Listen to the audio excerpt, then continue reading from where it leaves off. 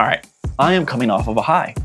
We just got done with a really incredible music video over this past weekend. We cut the music video on Monday and it released today on Tuesday, but the last 3 days have been bananas. And I am just so flippin' stoked with how the Rot music video for Duskhaven turned out. And I wanted to spend a little bit of time today breaking down some of the ideas, what all went into it, and just these guys are great and it's been awesome making something incredible. So let's get into it.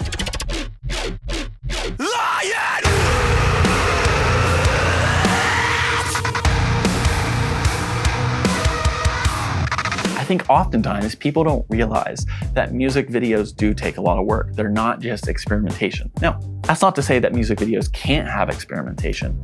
I think there's a healthy dose of being well prepared, well planned, and a huge piece of that comes from art direction. Understanding kind of what the story is, understanding the themes and the key pieces. This music video is one of those classic cases where we went in with a really tight-knit plan, but we were open to experimentation, especially as we started to get through the time and the day more efficiently. I think music videos are often looked at as like this big filmmaking playground. The reality is so much work goes into a good music video. That only happens when you have a good team, good chemistry, and trusting clients. You've outdone yourself yet again.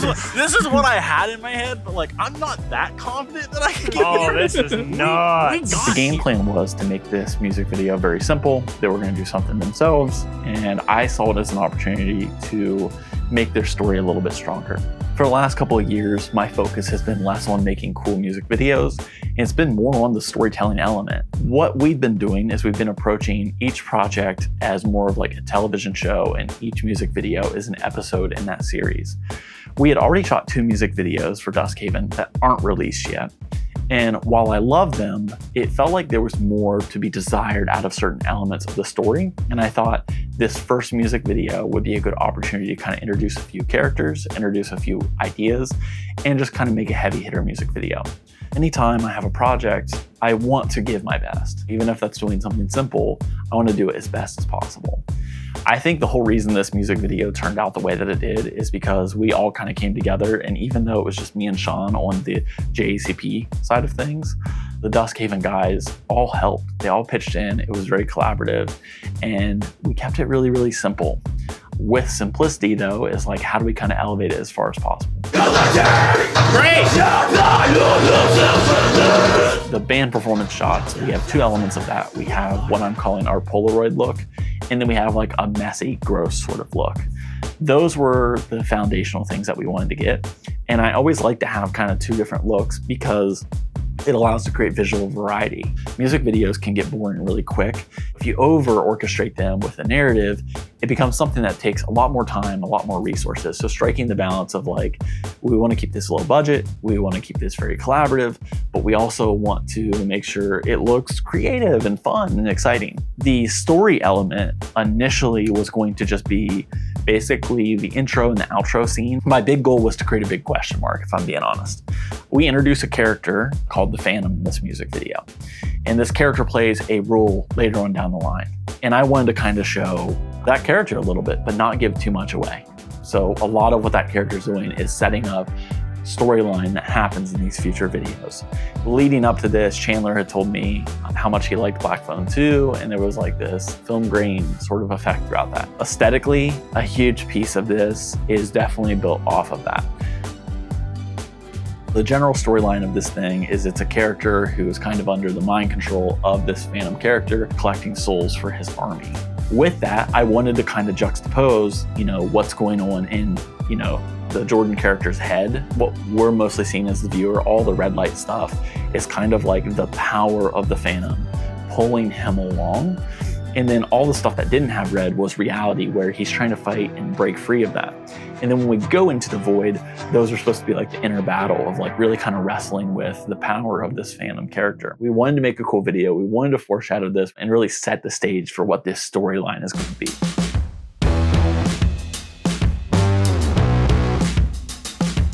Every once in a while, I get to do one of these projects where it's just like me and one other person. And I find those to be so energizing and exciting because I do lack a lot of confidence when it comes to trusting my vision, trusting my capabilities. And every time I do something like this, it kind of reminds me that I've been doing filmmaking for a while. But when you have to make those decisions, I find them to be empowering for myself, but also humbling because it reminds me of how much I trust other people. On a production like this, I'm kind of forced to lock in. Now with that, me and Chandler had a lot of conversations leading up, and Chandler really has been a great co-producer. We shot this at his location. He helped prep the garage. And a huge piece, I think, of filmmaking is it's very hard to do this elaborate of an idea at a location for the first time. I had shot Constellation's music video there like previously, so I had a good lay of the groundwork. I also knew kind of like where we could grip things, what lighting would work, what wouldn't. So that helps with the preparation. I'm gonna eat this patty real quick. Initially, we started with the Polaroid scene, which was like our biggest scene. And then after that, we can start to strip things down and do less and less. I was gonna do a 2-light setup. As I was thinking more about it, I was like, you know, I think there's an opportunity to kind of flex some different muscles and do some different things. I wanted to bring in the red lighting. So we rented a few things from Ohio HD. All in all, we had a 600D as like our reverse key. We had one of my tube lights as like the pulsing light on the background. We had a 150C that was like a constant hard light with a reflector, and then we used the 600C with a Fresnel and like on a pulsing effect to kind of give some red light in there. And then we had haze, which is another element of that. And then to create depth, we hung those different Polaroids. The band did all that work, they set all that stuff up, they got all the Polaroids, they made the props, and it was really like we were on the production side, they were on the art direction, set design side. And I think that made a huge difference in being able to kind of achieve a look like this in a relatively short period of time. All right. Are we ready? Yeah. We'll probably use this too. All right. Okay. The goopening. Okay, I want to get going on the take while this is still dripping. Yep. Let's do this. It smells very flesh. Okay. Camera speeds. Action on playback. Here we go. The secondary look was just with Corey, our vocalist. We took cheesecloth, we like ripped it over his like face, and we added some like black goo on there just to make kind of a gross look. Again, pulling from the song's title, Rot, I wanted to kind of have something that felt distressed. When we were going about that look, we just did 2 takes. It was really easy peasy. Corey got to get covered in a bunch of goo, which sucks for him. I'm so glad he did it because those shots looked really rad. At this point in the day, we started to change things up a little bit. We were shooting on the red with the broken on glass, and that was all pretty standard. But at this point, I brought in our Prism Lens Effects center diopter. During the take, I focused on just having like some tripod motion, and then also like twisting the diopter to give like some extra kinetic energy. I feel like a lot of people love our work because of the handheld effect that we create, but I always like to kind of do a pulse of handheld and tripod, because it allows me to kind of have endurance. When you have a long day, when you have minimal crew, you do have to take into account how much energy you have, what's going to be possible for you to do. This was kind of the middle of the day where I was able to get some energy back. Something I wanted to do on this video, we actually shot at 16 frames per second, and this did 2 things. One, it gave us more light so we could work with less light and get more oomph out of it, which helps. And 2, it created a really trippy in-camera effect. I think I slowed most of the footage down to like 60% in post. It has this dreamlike, odd feel, which kind of plays into the whole idea of this video. The 600D with the Fresnel in through here. Okay. Probably hit it onto this, so like Jordan will be laying here. He'll basically wake up and sit up looking out here, so the light comes in and hits him on his face.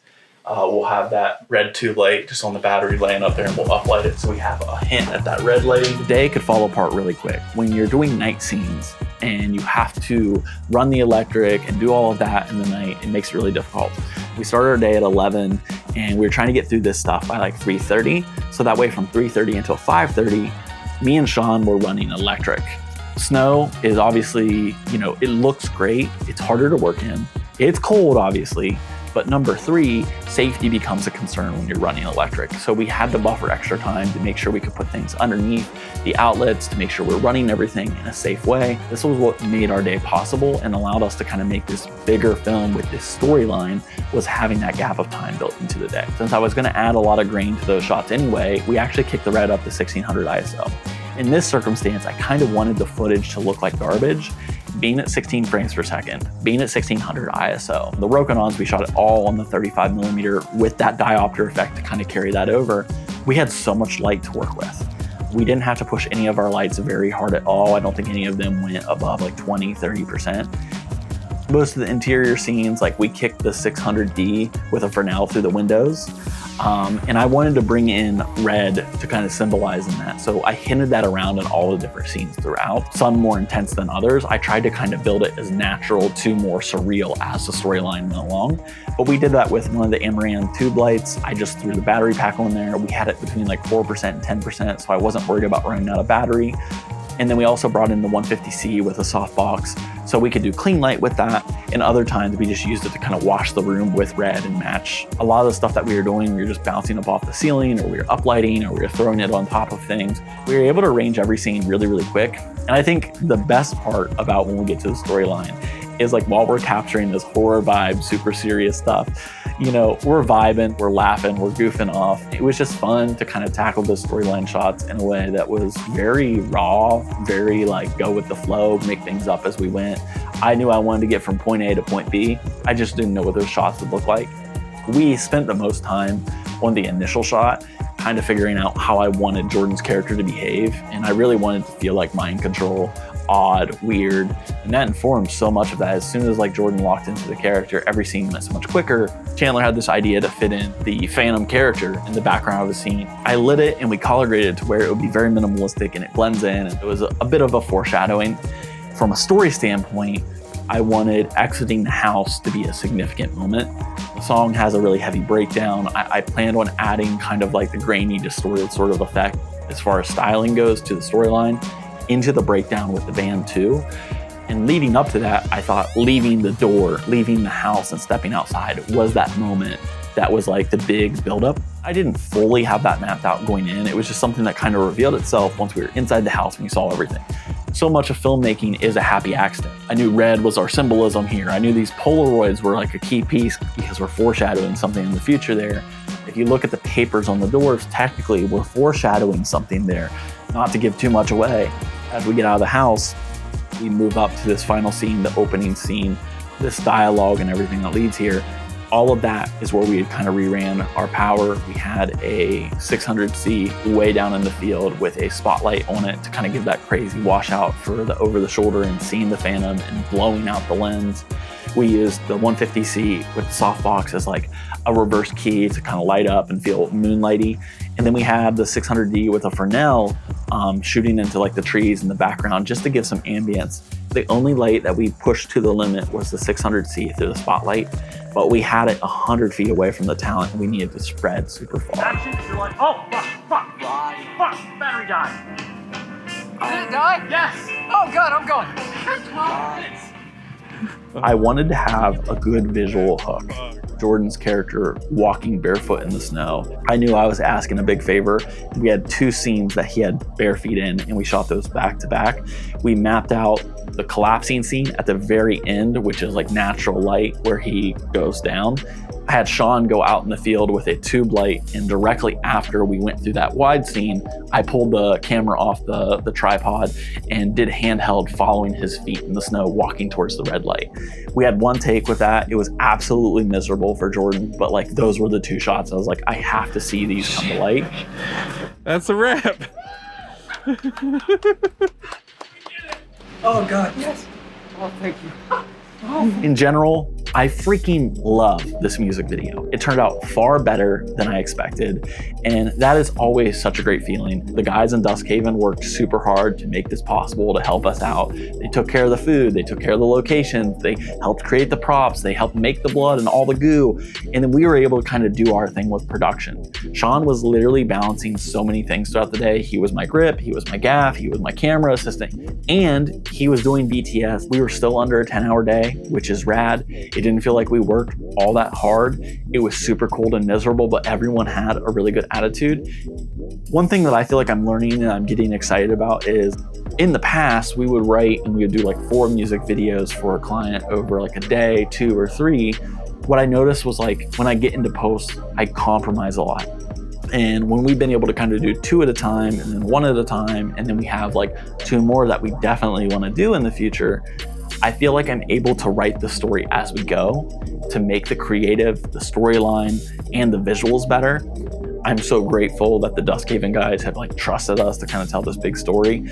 I love that it doesn't feel like client work. I love that when I show up and I do a project like this, I'm having the time of my life and I feel like I'm hanging out with buddies. It feels like they trust me. It feels like we all understand how to work together well. I want to just spend a little bit of time sharing that feeling because I feel like it's so easy to get hung up on the things that aren't working in our lives. I'm just incredibly grateful for the really good work that goes the right way.